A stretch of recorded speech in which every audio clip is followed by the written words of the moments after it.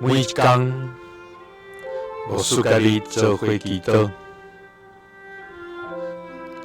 今仔日是5月16，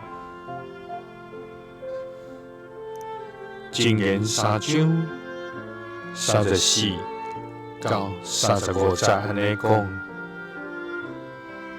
藐視人的，上主藐視伊；謙卑的人，上主施恩予伊；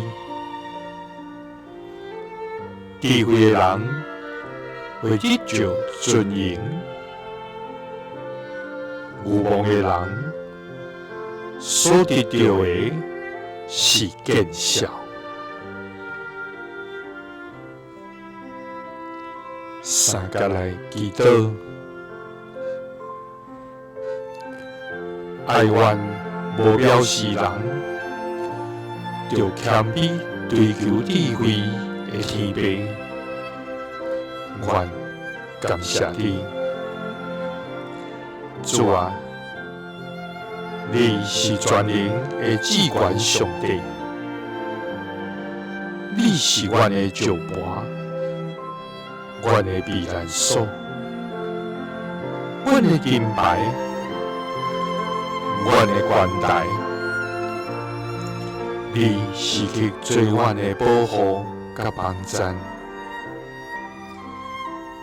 你予阮通秘佇你的內面，通安然自在。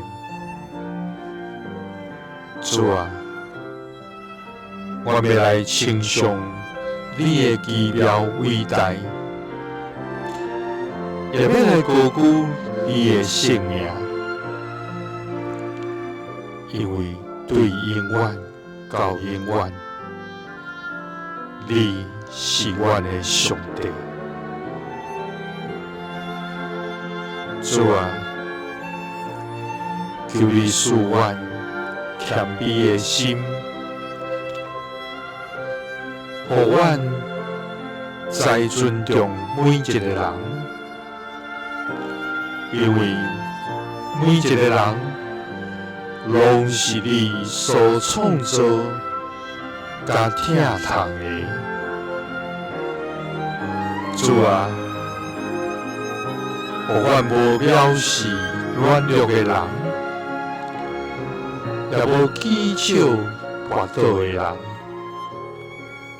反倒當用基督的疼去扶持、安慰、甲接納，予阮有智慧來行佇你所歡喜、阮所行的，來得到你的歡喜甲榮耀。